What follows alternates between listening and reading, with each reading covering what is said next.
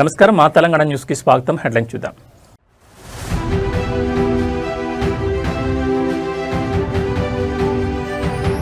విజయవాడ లోక్ భవన్లో ఘనంగా ప్రమాణ స్వీకారోత్సవం.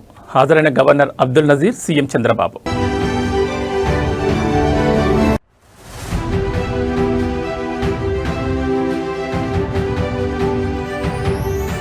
బళ్ళారిలో నిరంతరం అన్నా ఎన్టీఆర్ క్యాంటీన్. సరిహద్దు దాటినా తగ్గని ఎన్టీఆర్ అభిమానం.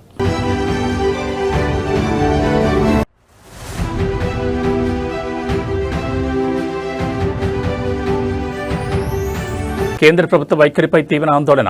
తెలంగాణకు పారిశ్రామిక పెట్టుబడులు దూరమయ్యే ప్రమాదం.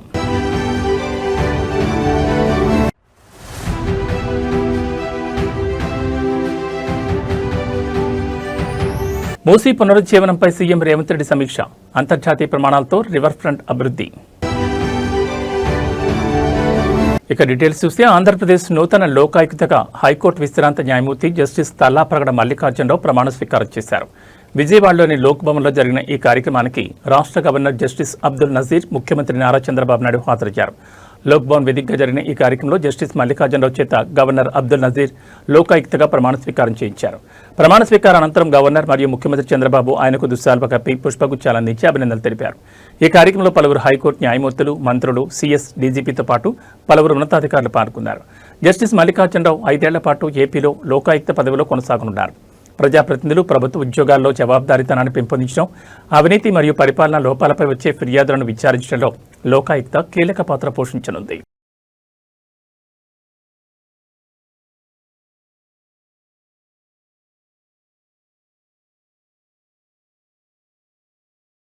భాషకు, సరిహద్దులకు అతీతంగా తెలుగువారి ఆత్మగౌరవాన్ని చాటి చెప్పిన మహానాయకుడు స్వర్గీయ నందమూరి తారక రామారావు. కర్ణాటకలోని బళ్ళారి తెలుగు ప్రజలు ఆయనపై చూపుతున్న అభిమానం, సొంత నిధులతో అన్నా ఎన్టీఆర్ క్యాంటీన్ నిర్వహిస్తూ తెలుగువారి సేవానిరతిని చాటుతున్న తీరు ఎంతో గొప్పది. బళ్ళారి ప్రాంతంలో ప్రభుత్వాల సాయం కోసం ఎదురుచూడకుండా తమ సొంత నిధులతో పేదల ఆకలి తీర్చేందుకు అన్నా ఎన్టీఆర్ క్యాంటీన్ నిరంతరం నిర్వహిస్తున్నారు. అంతేకాకుండా తమ నగరంలో ఎన్టీఆర్ సర్కిల్ ఏర్పాటు సాధించే వరకు పోరాడి దానికి సంబంధించిన అధికారిక జీవోను సైతం తీసుకురావడంలో బళ్ళారి తెలుగువారు విజయం సాధించారు. తమ ప్రీతమ నేత పేరును చిరస్థాయిగా నిలిపేందుకు వారు చూపిస్తున్న చొరవ అభినందనీయం. గతంలో నారా చంద్రబాబు నాయుడు అక్రమ అరెస్ట్ సమయంలో బళ్ళారి తెలుగు ప్రజలు రోడ్లపైకొచ్చి ఉద్యమించిన తీరు ప్రతి ఒక్కరికి స్ఫూర్తిదాయకంగా నిలిచింది. సరిహద్దు దాటి ఉన్న తెలుగు నేల రాజకీయ పరిణామాలు మరియు తెలుగువారి సంక్షేమం పట్ల తమకున్న అనుబంధాన్ని, ఐక్యతను చాటి చెప్తూ బళ్ళారి ప్రజలు నిలిచారు. 2023 సెప్టెంబర్ 9న మీ అందరు చూశారు. ఏం తప్పు చేయని మన నాయకుడిని ఎలా జైలుకు పంపించారో. బ్రహ్మణి కూడా ఒక మాట అనింది, గౌరవంగా బతికిన కుటుంబం మనం. ఈ రోజు రాజకీయాల వల్ల పెద్దయినా జైలుకి వెళ్లే పరిస్థితి వచ్చింది. రాజకీయాలు మనకు అవసరమా అని ఒక మాట అడిగింది. కానీ ఆనాడు కుటుంబానికి అండగా నిలబడింది మీరు. ఇదే గడ్డ నుంచి ధర్నా చేస్తాం జరిగింది. మీ అందరికి ఒక చిన్న కార్యక్రమం అనిపించచ్చు. ఆనాడు బయటికి రావాలంటే భయపడే రోజులు. అలాంటిది మీరు బయటకు వచ్చి మొత్తం భారతదేశానికే కాదు ప్రపంచంలో ఉన్న తెలుగు వాళ్ళందరికీ మీరు స్ఫూర్తి ఇచ్చారు. మీ అందరు చిన్న కార్యక్రమం అవ్వచ్చు, కానీ ఆ రోజు రోడ్డు పైకి వచ్చారే, అది మాకు కొండంత బలం, ధైర్యం ఆనాడు మీరు ఇచ్చారు. అందుకే పిలిపిస్తున్నా, మీకు అండగా మేము నిలబడతాం. రండి, ఆంధ్ర రాష్ట్రానికి కూడా రండి, కలిసికట్టుగా ముందరికెళ్దాం. మా లక్ష్యం ఒకటే, తెలుగు జాతి ఎక్కడున్నా ఐక్యత అవసరం, కలిసికట్టుగా ముందరికెళ్లాల్సిన అవసరం. నిజంగానే మిమ్మల్ని అందరినీ అభినందించాల్సిన అవసరం చాలా చాలా ఉంది. ఎందుకంటే బెల్లారిలో ఏకంగా అన్న క్యాంటీన్ ఏర్పాటు చేసి సొంత నిధులు ఖర్చు పెట్టి ఈరోజు అన్న క్యాంటీన్ నడిపిస్తుంది ఇక్కడున్న తెలుగోలు. అంతేకాదు ఇక్కడున్న ప్రభుత్వంతో పోరాడి జియో తీసుకొచ్చి అన్నగారు పేరు పైన కూడా ఎన్టీఆర్ సర్కిల్ ఏర్పాటు చేశారంటే ఎంత చేసినా మీ రుణం తీర్చుకోలేం. వేదికమైన ఉన్న పెద్దలు, వేదిక ముందున్న మీరందరూ కూడా త్వరలో ఇక్కడ అన్నగారి విగ్రహం ఏర్పాటు చేయాల లక్ష్యంతో పనిచేస్తున్నారు. తప్పనిసరిగా తెలుగు జాతి ఆత్మగౌరవం, తెలుగు జాతి గుండె చెప్పుడంటే గుర్తొచ్చే ఒకే ఒక్క పేరు మన అన్న ఎన్టీఆర్. ఆయనకి అందించే ఘన నివాళి తెలుగులో ఎక్కడున్నా ఆయన విగ్రహం ఏర్పాటు చేస్తాం అనేది ఆయనకి ఇవ్వగలిగిన గౌరవం. కేంద్ర ప్రభుత్వం అవలంబిస్తున్న వైఖరి కారణంగా తెలంగాణ రాష్ట్రానికి రావాల్సిన భారీ పెట్టుబడులు దూరమయ్యే ప్రమాదం ఉందని ఆందోళన వ్యక్తమవుతోంది. రాష్ట్ర ప్రగతికి, పారిశ్రామిక అభివృద్ధికి కేంద్రం నుంచి ఆశించిన స్థాయిలో సహకారం అందకపోవడంపై తీవ్ర అభ్యంతరం వ్యక్తమవుతోంది. తెలంగాణ హక్కుల సాధన కోసం, రాష్ట్ర అభివృద్ధి కోసం కేంద్రంపై గట్టి ఒత్తిడి తెస్తామని స్పష్టం చేశారు. దేశంలోనే వేగంగా అభివృద్ధి చెందుతున్న తెలంగాణకు మౌలిక వస్తువులు, పారిశ్రామిక ప్రోత్సాహకాలు మరియు ప్రాజెక్టుల అనుమతుల్లో కేంద్రం ఆలస్యం చేస్తోందని ఆరోపణలు వెల్లువెత్తుతున్నాయి. అంతర్జాతీయ కంపెనీలు రాష్ట్రంలో పెట్టుబడులు పెట్టేందుకు ముందుకు వస్తున్నప్పటికీ కేంద్ర ప్రభుత్వ విధానాల వల్ల ఆ అవకాశాలు చేజారిపోయే ప్రమాదం ఉందని ఆందోళన వ్యక్తం చేస్తున్నారు. నిధుల కేటాయింపులు, బడ్జెట్ కేటాయింపుల్లోనూ తెలంగాణకు తీవ్ర అన్యాయం జరుగుతోందని మండిపడ్డారు. రాష్ట్ర ప్రయోజనాల విషయంలో రాజీ పడేదే లేదని, తెలంగాణకు రావాల్సిన ప్రాజెక్టులు, నిధుల సాధన కోసం కేంద్రంపై నిరంతరం ఒత్తిడి తెస్తామని స్పష్టం చేశారు. అవసరమైతే పార్లమెంట్ వేదికగా మరియు ఢిల్లీ స్థాయిలో తమ నిరసనను వ్యక్తం చేసి రాష్ట్ర హక్కులను కాపాడుకుంటామని హెచ్చరించారు. నువ్వే చెప్పాలి. ఇప్పుడు ఇంటర్నల్ కారణం ఇన్వెస్టిగేటివ్ జర్నలిస్ట్గా నువ్వు చెప్పాలి.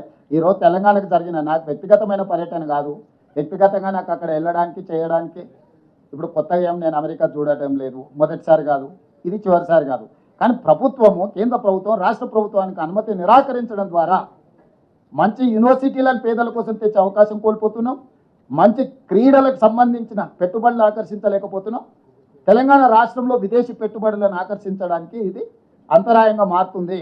ఇదే మా ఆవేదన, ఇదే మా ఆక్రోశం. కేంద్ర ప్రభుత్వానికి వ్యతిరేకంగా we're registering our protest against government of India. They cannot run government like dictatorial system. Hyderabad నగర ప్రగతికి అత్యంత ప్రతిష్టాత్మకమైన మూసీ నది పునరుజ్జీవనం మరియు అభివృద్ధి ప్రాజెక్టుపై ముఖ్యమంత్రి రేవంత్ రెడ్డి సమగ్ర సమీక్ష సమావేశం నిర్వహించారు. సచివాలయంలో జరిగిన ఈ సమీక్షలో ప్రాజెక్టు పురోగతి, డిజైన్లు మరియు అమలు కాబోయే మాస్టర్ ప్లాన్పై అధికారులకు సీఎం కీలక ఆదేశాలు జారీ చేశారు. మూసీ పరివాహక ప్రాంతాన్ని అంతర్జాతీయ ప్రమాణాలకు అనుగుణంగా తీర్చిదిద్దే లక్ష్యంతో ప్రభుత్వం కార్యాచరణ రూపొందిస్తోంది.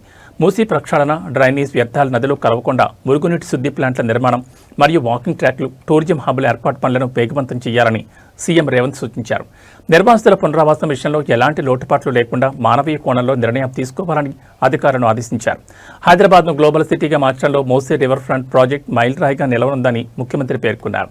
నిధుల సమీకరణ, పీపీపీ నమూనాలో చేపట్టాల్సిన పనులు మరియు వివిధ దశల్లో పూర్తి చేయాల్సిన లక్ష్యాలపై అధికారులతో సుదీర్ఘంగా చర్చించారు. పనుల నాణ్యత, కాలపరిమితి విషయంలో ఎక్కడా రాజీ పడొద్దని సీఎం స్పష్టం చేశారు.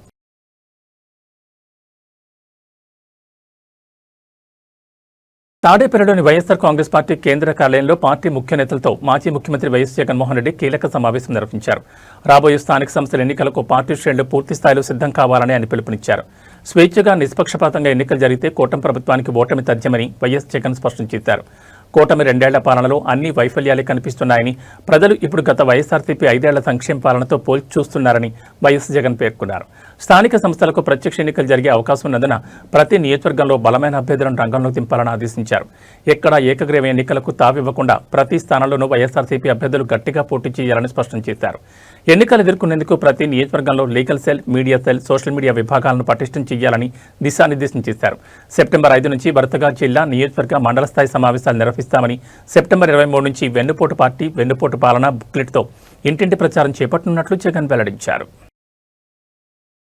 కాళేశ్వరం ప్రాజెక్టు పరిధిలోని మేడిగడ్డ, సుందేళ్ల, అన్నారం బ్యారేజీల వద్ద నీటిని లిఫ్ట్ చేయకుండా కాంగ్రెస్ ప్రభుత్వం రైతుల జీవితాలతో ఆడుకుంటోందని బీఆర్ఎస్ సీనియర్ నేత, మాజీ ఎమ్మెల్యే గండ్ర వెంకటరమణారెడ్డి తీవ్రస్థాయిలో ధ్వజమెత్తారు. నాణ్యత పరంగా బ్యారేజీలు బాగున్నాయని వివిధ సంస్థలు స్పష్టం చేసినప్పటికీ నీళ్లను ఎత్తిపోయిపోవడం దారుణమన్నారు. గడచిన 3 ఏళ్లుగా మేడిగడ్డ వద్ద నీటిని లిఫ్ట్ చేయనందుకు ముఖ్యమంత్రి రేవంత్ రెడ్డి ముక్కు నేలకు రాసి ప్రజలకు క్షమాపణ చెప్పాలని డిమాండ్ చేశారు. రేవంత్ సీఎం కావడమే రాష్ట్ర రైతులకు పెద్ద శాపంగా మారిందని ఆరోపించారు.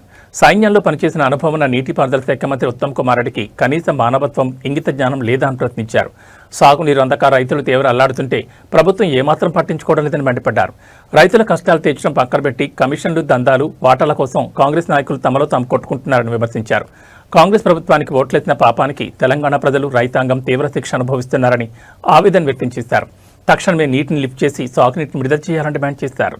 ఈరోజు రాష్ట్రంలో ఉండేటువంటి వర్షాల పరిస్థితి చాలా తీవ్రమైనటువంటి గందరగోళం.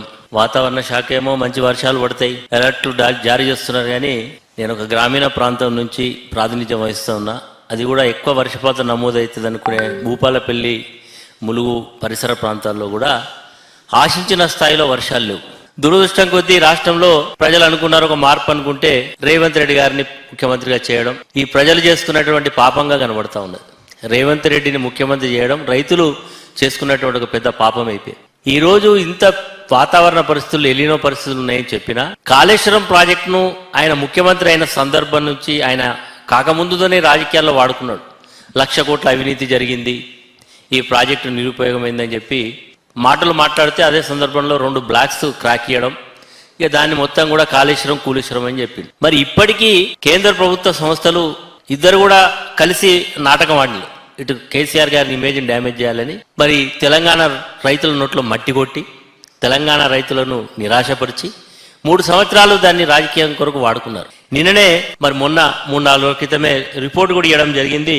సెంట్రల్ మరి సంబంధించినటువంటి పూణేలో ఉండేటువంటి సంస్థ మొత్తం కూడా దాని యొక్క కాంక్రీట్ యొక్క నమూనాలు సేకరించి అన్నారం, సుందిల్లా, మేడిగడ్డ, అన్నారం సుందిల్లా ఇంటాక్ట్ ఉన్నాయి, దాంట్లో ఏం ప్రాబ్లం లేదు.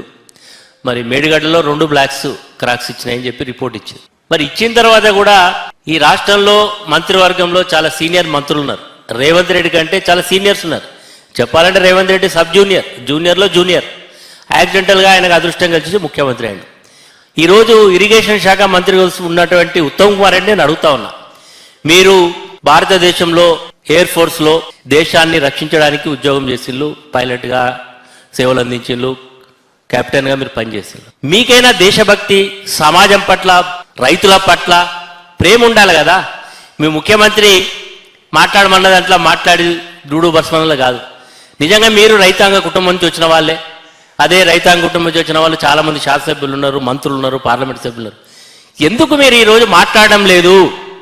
ఇంత రైతులు నిరాశపడుతుంటే, వర్షాలు లేక బాధపడుతుంటే, వేసిన నాట్లు ఎండిపోతాయని బాధపడతా ఉంటే, భవిష్యత్తు ఏందని బాధపడతా ఉంటే, నిరుపయోగంగా కాళేశ్వరంలో ఉండేటువంటి నీళ్ళని కూడా కిందికి పోతా ఉంటే ఎందుకు మీరు మౌనంగా ఉంటా ఉన్నారు? మీరు ఎందుకు మాట్లాడడం లేదు?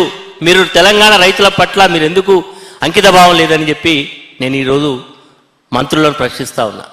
ఈరోజు ఉదయం 9:30కు 1,01,530 క్యూసెక్ల నీళ్లు డౌన్ స్ట్రీమ్లోకి పోతా ఉన్నాయి.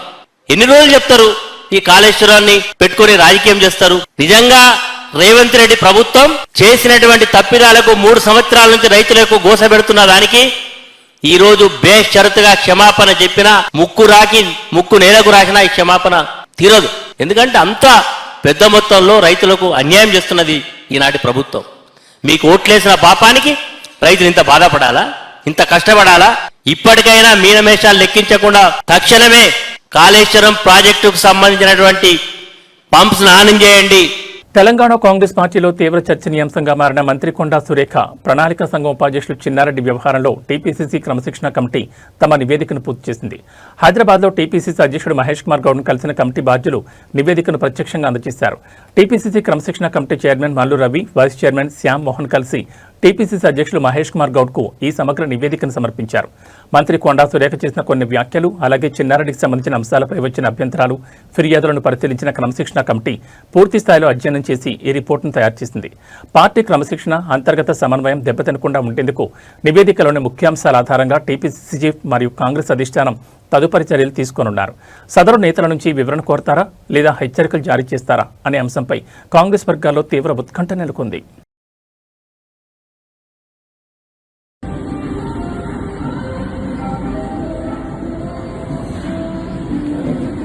తూర్పుగోదావరి జిల్లా రాజమండ్రి నగరంలో తీవ్ర కలకలం రేగింది. వన్-టౌన్ పోలీస్ స్టేషన్ పరిధిలోని ఒక ఆలయం సమీపంలో 3 మహిళల మద్యం మత్తులు హల్చల్ చేశారు. దారిని వెళ్తున్న 2 యువకులతో అనవసరంగా గొడవ దిగి వారిపై భౌతిక దాడులకు పాల్పడడం స్థానికంగా తీవ్ర చర్చనీయాంశంగా మారింది. మద్యం మత్తులో ఉన్న మహిళలు విచక్షణారహితంగా ప్రవర్తిస్తూ యువకులపై దాడికి తెగబడ్డారు. ఈ ఘటనపై బాధితులైన యువకులు వెంటనే వన్-టౌన్ పోలీసులకు ఫిర్యాదు చేశారు. రంగంలో దిగిన పోలీసులు ఘటనా స్థలాన్ని చేరుకుని సదరు 3 మహిళలను అదుపులోకి తీసుకున్నారు. యువకుల ఫిర్యాదు మేరకు కేసు నమోదు చేసి విచారణ అనంతరం 3 మహిళలను న్యాయస్థానంలో హాజరుపరిచారు. కేసును విచారించిన న్యాయస్థానం మద్యమతులో బహిరంగ గొడవకు దిగి దాడులకు పాల్పడిన 3 మహిళలకు 14 రోజుల పాటు రిమాండ్ విధించింది. కోర్టు ఆదేశాల మేరకు పోలీసులు వారిని జైలుకు తరలించారు. బహిరంగ ప్రదేశాల్లో మద్యం తాగి శాంతి భద్రతలకు విఘాతం కలిగిస్తే ఎంతటి వారినైనా ఉపేక్షించేది లేదని పోలీసులు స్పష్టం చేశారు. నా ఫోన్ వచ్చాను చెప్పండి, ఫోన్ ఇవ్వమని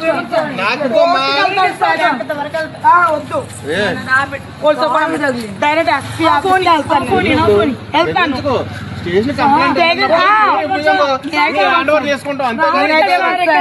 ఇప్పుడు వీళ్ళకి సంబంధించిన విషయం, వీళ్ళకి సంబంధించిన విషయం. వీళ్ళ దగ్గరకు వచ్చిన వాళ్ళకి మేము రాలేదు సార్, రోడ్ సైడ్ వస్తున్నాం, మేము బండి తీసుకుని వస్తున్నాం. మొత్తం హ్యాండ్ అంతా మొత్తం సీసీ ఫోటోస్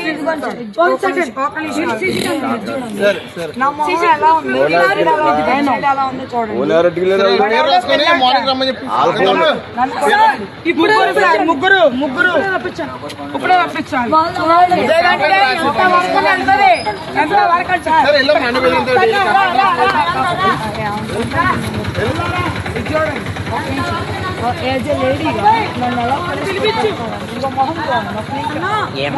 మిమ్మల్ని కొడుతుంటే ఎవరు కాపాడారు? ఎవరు కాపాడారు? ఎవరు? వాళ్ళు ఎవరు కాదు. మిమ్మల్ని కొడుతుంటండి ఎవరు కాపాడారు? మిమ్మల్ని కొడుతుంటే ఎవరు కాపాడారు? మిమ్మల్ని కొడుతుంటే నేనే కదా కాపాడాను. మిమ్మల్ని కాపాడింది ఎవరు? నేనే కదా కాపాడాను. వాళ్ళు కొడుతుంటే నేనే కదా కాపాడాను. నేను రెస్పాన్సిబుల్ అంటే నా సెల్లలు కట్టుకెళ్ళిపోతారమ్మా. మిమ్మల్ని కొడుతుంటే నేను ఆఫ్ చేసి నేను చూసుకుంటున్నాను. ఎందుకు వైర్ షూటింగ్ మీకు ఆల్రెడీ వాడు పర్సన్ తెలుసుంటాడు కదా, ఎందుకు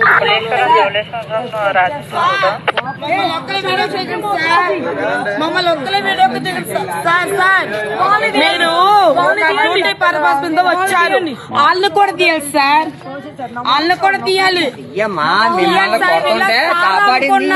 మందు అమ్ముకున్నారు, వీళ్ళు మొత్తం అమ్ముకున్నారు. ఒక గంజాయి బ్యాచ్ రోడ్ మీద సైడ్ దింపొచ్చారు. నాకేం తెలుసు?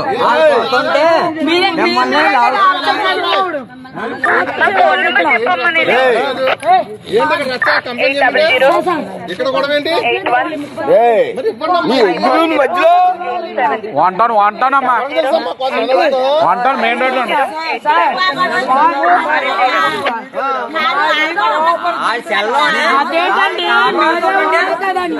మిమ్మల్ని కాపాడుతుంటే నా సెల్ ఆగిస్తున్నావు నువ్వు. ఇది కాదు, ఇది కాదు. నిన్ను కాపాడుతుంటే నా సెల్ మీకు ఇస్తూ ఉన్నారు. దేనికి? వాళ్ళు కొడుతుంటే ఎలా అవుతున్నా లేదా?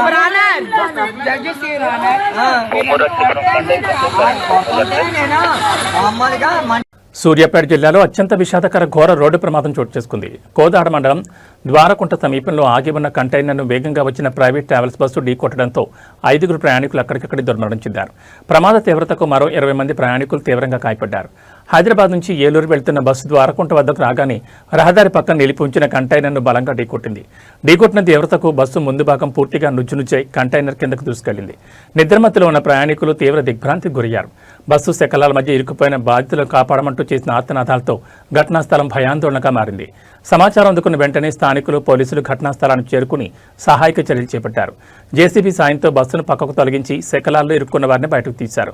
గాయపడిన 20 మందిని వెంటనే సమీపంలోని కోదాడ మరియు సూర్యాపేట ప్రభుత్వ ఆసుపత్రులకు తరలించి చికిత్స అందిస్తున్నారు. ప్రమాదానికి అతివేగమా లేక నిద్రమత్తు కారణమా అనే కోణంలో పోలీసులు కేసు నమోదు చేసి విచారణ జరుపుతున్నారు.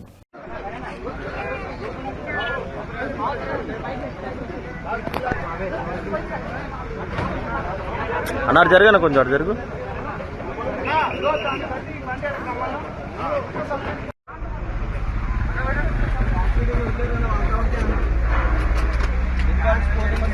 అన్న ఈ సీట్ మధ్య ఉన్నారా?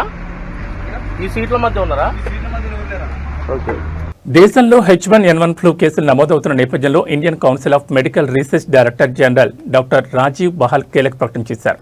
H1N1 అనేది ఒక సాధారణ సీజనల్ ఫ్లూ అని, దీని పట్ల ప్రజలు అనవసరంగా భయాందోళన చెందాల్సిన అవసరం లేదని స్పష్టం చేశారు. H1N1 బారిన పడిన బాధితులు తగిన విశ్రాంతి మరియు చికిత్సతో కొద్ది రోజుల్లోనే పూర్తిగా కోలుకుంటారని ICMR డీజీ తెలిపారు. ప్రతి ఒక్కరూ వ్యక్తిగత పరిశుభ్రతను పాటించాలని, చేతులను తరచూ శుభ్రం చేసుకోవాలని సూచించారు. జ్వరం, దగ్గు, జలుబు వంటి లక్షణాలు ఉన్నవారు ఇతరులకు వ్యాపించకుండా కొద్ది రోజుల పాటు దూరంగా ఉండాలని కోరారు. దేశంలో ఫ్లూ పరిస్థితిని ICMR మరియు కేంద్ర ఆరోగ్య మంత్రిత్వ శాఖ నిరంతరం పర్యవేక్షిస్తున్నాయని తెలిపారు. తుమ్మినప్పుడు, దగ్గినప్పుడు రుమాలు అడ్డుపెట్టుకోవడం ద్వారా ఈ వైరస్ వ్యాప్తిని సులభంగా అరికట్టవచ్చని, చిన్నపిల్లలు మరియు వృద్ధులు తగిన జాగ్రత్తలు తీసుకోవాలని సూచించారు.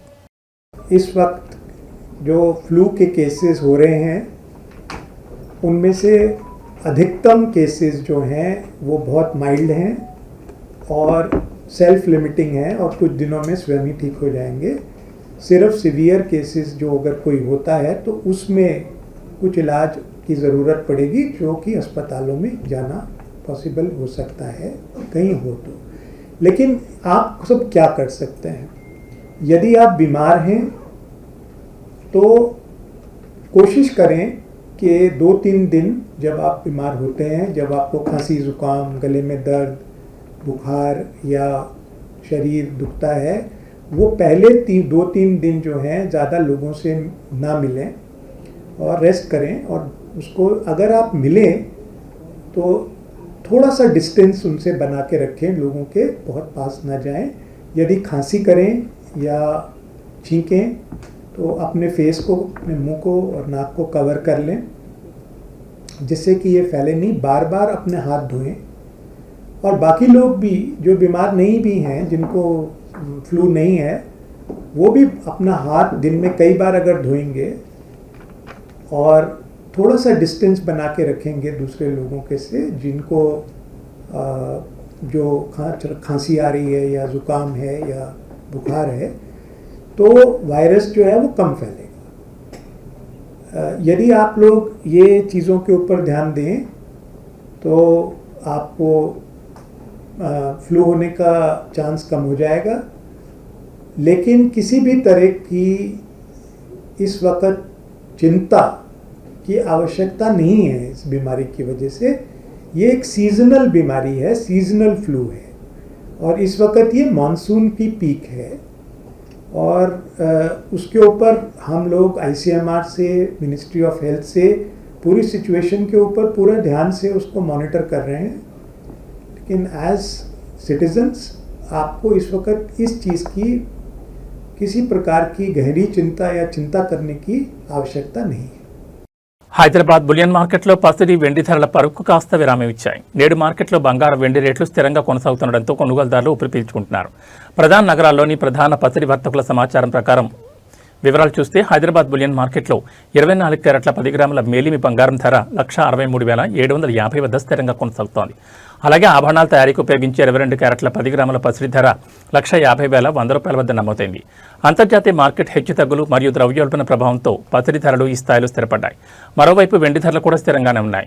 కిలోగ్రాము వెండి రేటు 2,65,000గా ఉంది. అయితే తెలుగు రాష్ట్రాల్లో ప్రాంతాన్ని బట్టి, వర్తకులను బట్టి స్థానిక పన్నుల కారణంగా రేట్లలో స్వల్ప తేడాలుండే అవకాశం ఉంది.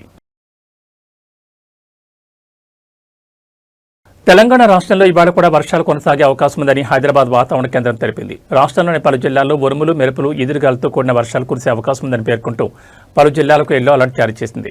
గ్రేటర్ హైదరాబాద్ మరియు పరిసర ప్రాంతాలైన మేడ్చల్, మల్కాజ్గిరి, వికారాబాద్, రంగారెడ్డి, సంగారెడ్డి, మెదక్, కామారెడ్డి, మహబూబ్ నగర్, వనపర్తి, నారాయణపేట, జోగులాంబ, గద్వాల జిల్లాల్లో ఉరుములతో కూడిన వర్షాలు పడే అవకాశం ఉంది. వాతావరణంలో వచ్చిన మార్పుల కారణంగా నిమిషాల వ్యవధిలోనే మబ్బులు కమ్మి వర్షం కురిసే అవకాశం ఉందని అధికారులు వెల్లడించారు. మరోవైపు కొమరంభీం, ఆసిఫాబాద్, మంచిర్యాల, నిర్మల్, నిజామాబాద్, జగిత్యాల, రాజన్న సిరిసిల్ల, కరీంనగర్, పెద్దపల్లి, జయశంకర్, భూపాల్పల్లి, ములుగు, భద్రాద్రి కొత్తగూడెం, ఖమ్మం జిల్లాలకు వాతావరణ శాఖ ఎల్లో అలర్ట్ జారీ చేసింది. లోతట్టు ప్రాంతాల ప్రజలు మరియు వాహనదారులు ప్రయాణాలు చేసే సమయంలో తగిన జాగ్రత్తలు వహించాలని, అత్యవసరమైతే తప్ప బయటకు రాకూడదని అధికారులు సూచిస్తున్నారు. ఇవి బులెటిన్ విశేషాలు. నమస్కారం.